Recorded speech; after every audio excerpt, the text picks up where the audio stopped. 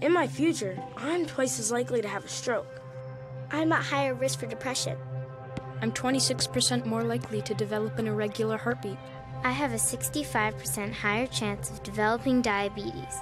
No matter who we are, these diseases can be managed or prevented when caught early on. Because with better research, the right medicine, and with doctors who help keep me healthy to begin with, we will thrive. Welcome back, ladies and gentlemen. Once again, you're tuned in to the Lions Den, official source of UCCS Sports. Joining us now is going to be Sports Information Director Jared Verner, the Sports Information Director of the Year in the Rocky Mountain Athletic Conference. That's right, that's him right there. Jared, how you doing? I'm doing well, MJ. How about you guys? Oh, doing fantastic. Hey, Charlie, before we get to Jared, you started off with Bang Bang's Best. Mm-hmm.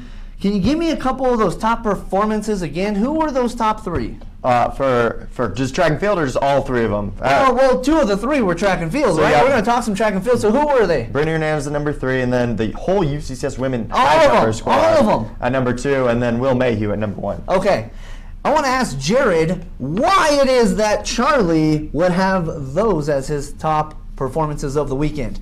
So we're going to recap the Twilight Invitational there in Golden at Colorado Mines. It seems like UCCS had quite the showing, Jared. Is that correct?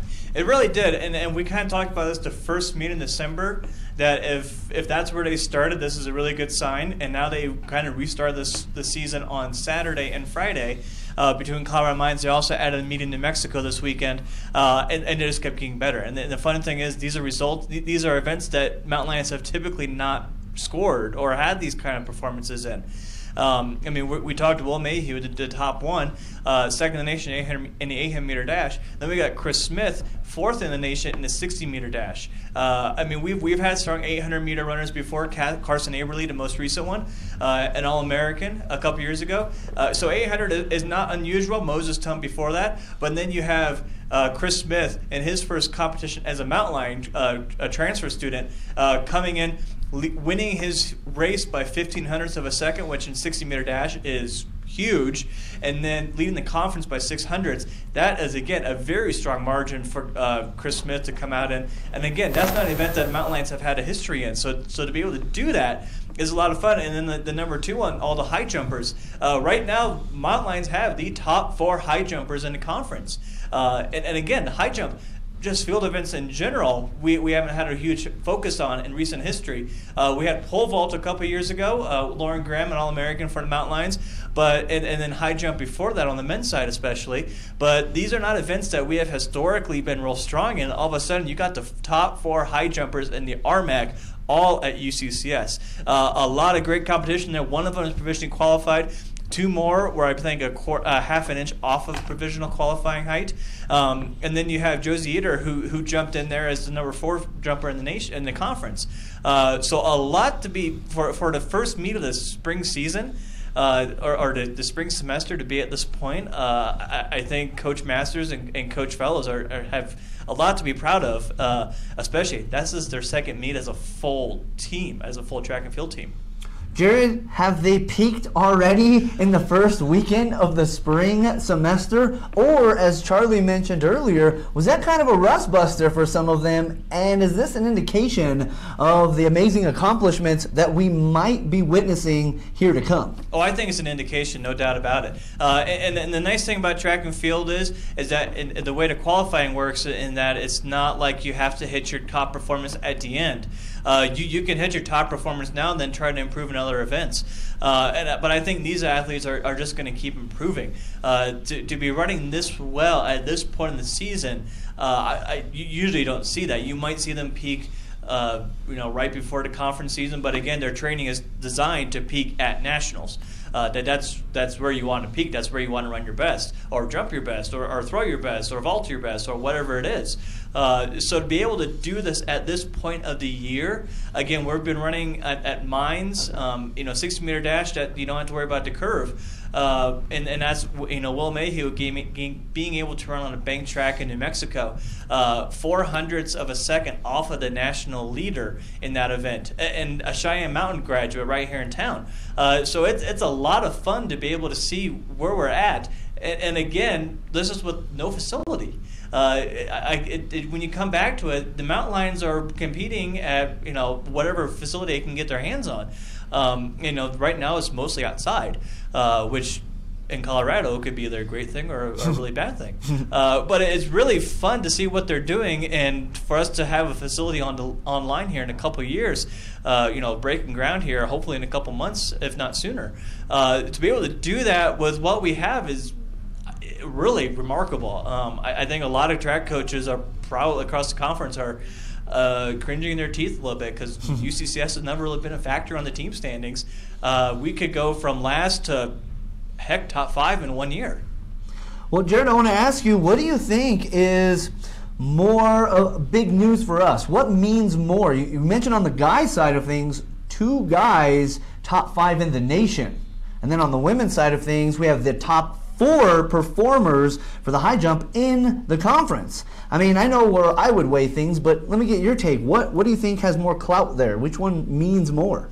I mean, they all mean great things. I think, when you have top 5 so political performances, that's right. When you have top 5 performances in the nation, I mean, that's saying a lot, especially, these aren't like, seniors. They're going to be here for a long time. So that's a lot of fun to be able to see, and that's their starting point. This isn't where they're finishing their career at. This is they're starting second in the nation or fourth in the nation in their events. And then you got the high jumpers. They're all right at an NCAA provisional qualifying mark. Morgan Barone qualified at the first Mines meet of the season in December, but all 4 of them last week were within 2 inches of the provisional qualifying mark. And again, you're just going to get better and better. And some of those real technical events like the high jump, you really do need a facility. With sprinting, you just go out there and run as fast as you can. But in a lot of the technique ones where you do have to really have something to work on, you have to practice your jumps, you have to practice your steps to be able to get the most bang for your buck on the actual jump. To be able to do this is really is really remarkable. I mean, Mountain Lion women already have a lot of provisional marks already, but to be able to take that top 4, coming from Western State, we had Barbara Zabo and Susan Jackson, basically 2 All-Americans in high jump, and to see how that shift has occurred from Western State to UCCS is for me personally is really quite interesting. You brought the high jumpers with you, did you? If that was the case, I would have brought them a long time ago. We would have had a track a long time ago if I was the reason why we had such good women's high jumpers. Fair enough. So, Jared, it was one of the first meets of the year, and like you said, a lot of people qualifying NCAA tournament and Division II, but what would you grade this weekend? I asked you this last Lions Den, but a very great weekend. Is there room for a little bit more improvement, or what would you say for this one? Yes, I think I gave an A last time, and I'm still going to give an A, just because what they've been able to do. I think I'm not sure if we were expecting this. I'm sure Coach Masters and Coach Fellows definitely were, but to be this competitive right out of the gate in track and field, it's to me it's really interesting. Just because, like I said, we're going to go from probably last in the conference to, I think, legitimately top 5, if not higher, top 4 or top 3, just because now we have that depth. Now we actually do have field events and sprinters. Beforehand we were just relying strictly on distance, and RMAC is a very tough distance conference. So you could have a great distance crew, but you're going against Western and Adams and Mines, who also have great distance programs. So it's just really, really tough to be a distance-only track team in the RMAC. Now we have some depth, and we talk about depth. I mean, high jump, if that's how they finish in the RMAC right there, that's going to probably be, that's what, 10, 8, 6, that's what, 28 points if I did the math correctly. That's 28 points just on high jump. And you've got the sprinters coming along. Chelsea Martis had a very good performance in a 400 this weekend. Also had a great 800 performance to start the season in December. So you're looking at that depth. We had Molly Klotz running this weekend. We had David Camayo on the men's distance side, first time since the cross country season ended. Just a lot of things to really look forward to, and it's not just in one event; it's in multiple events. And so that's going to be a lot of fun to watch. This weekend's a little bit different meet; it's a scored meet, so that the focus is going to be a little bit more different. But in track, when it's just about times and those raw numbers, it's really fun to see what the Mountain Lions have been able to do, and especially with newcomers. This is a brand new team. So A. Sounds like An A plus. A plus. the Werner verdict is an A. That's Yeah, right. I like that. I'm gonna go A minus though, because I still see some room for improvement. I think they can enhance upon a few things here and there, but Jared's the expert, so we're gonna trust Jared, and the Werner verdict is an A. Jared, really appreciate you joining us here on the Lions Den. I know we'll see you tomorrow night for the games here in Gallogly. Thank you, really appreciate your time. All right, thanks, MJ. Hey Spencer, I got a question for you. Looking sir. at the scene of things, I asked Jared a few moments ago what he thinks is a little bit more significant. Sure. As a student here at UCCS, when I tell you that the men's side of the track team has 2 runners or athletes in top 5 in the nation, and then on the women's side, there are 4 high jumpers who are leading the conference. How does that make you feel, and which one do you kind of put more weight into? Well, I think it makes me feel great, but I'm going to answer politically correct too. That's something that you're not expected to have most of the time when you just have people excelling in the girls' side and the guys' side, on conference side and region side and nationally. The thing that some people don't understand about track and field is the idea that when it comes down to your times and your scores, if you are the top 4 high jumpers in the conference right now, 1, 2, 3, 4, the people under it, you're not going to expect anybody, they're going to be placing every meet now because you don't necessarily jump 2 inches. It takes a long time to develop and do another inch on a high jump or even another couple inches on a long jump. Track and field is something that wherever you're at and wherever you have PR'd, you have to work extremely hard to be able to get to the next inch, to the next platform, because it's that hard because your body's maxed out where it's already at. And that's the hard thing people don't understand about track and field is they're going to be, oh, well, the next time, someone could just come sweep that away from them. That's not going to happen. These girls are going to be placing in the top 10, I would say, for probably the rest of the season if that's where they're at already. And then for the guys' side, if they're in the top 2, so 1 at the 2 and 1 in the 5, I mean, that's not going to change much. They're going to be in the top 10 nationally probably for a long time because if that's where they're maxing out and they're working their hardest and fellows and masters are working them, they're not going to be far behind the top spot nationally for a long time. That is a spectacular take. I'm glad you My think very so. own Spencer Davis. Charlie, if I asked you the same question, what would you say? Honestly, I probably wouldn't be as politically correct as these two. Okay, good. I honestly What do would you got? say the women's high jumpers, just because Okay. it is just so odd to get 1, 2, 3, and 4. And then the other fun thing is these 4 get to compete with each other, not Yeah. just at events, not just at meets, but every day in They don't practice. got to go to any other meet to have a good competition. They just need to go them 4. Honestly, I'd be so excited just to go to that practice and Yeah. watch them try and out-jump each other. Yeah. Because I just think that's awesome. And especially for these 4 girls who, very underclassmen. Morgan Barone, her 2nd year, 3rd year doing this. So just to lead the RMAC and provisionally qualify already, that's huge. So yes, Yeah. I'm not getting still. Will Mayhew and Chris Smith, great job.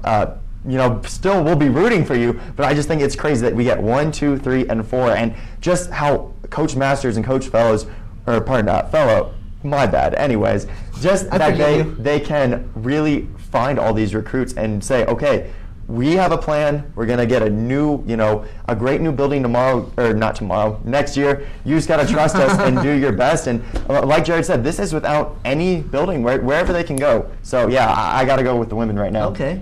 But in their top performance, Yes, it Bang is. Bang's best, they were It number is. 2, and Mayhew was number 1. You got me on that. I don't know what to say on that one. You got me there. I just spit facts here on the There you Lions go. Den. When we come back, we're going to take a quick break, but when we do come back, we're going to preview the upcoming UCCS basketball games because we have a midweek game here this week as both the women and the men's team will be hosting Metro MSU Denver tomorrow night right here in the Gallogly Event Center. So we'll preview those games when we come back from break right after this. I finally found the healthcare I've been looking for. It's the UCCS Health Circle Primary Care Clinic across from University Village on North Nevada Avenue. The nurse practitioner managed clinic is a perfect fit. I have longer appointments so I don't feel rushed. And we've created a personal health plan that's really working for me. UCCS Health Circle is more than a provider. They're my new healthcare partner.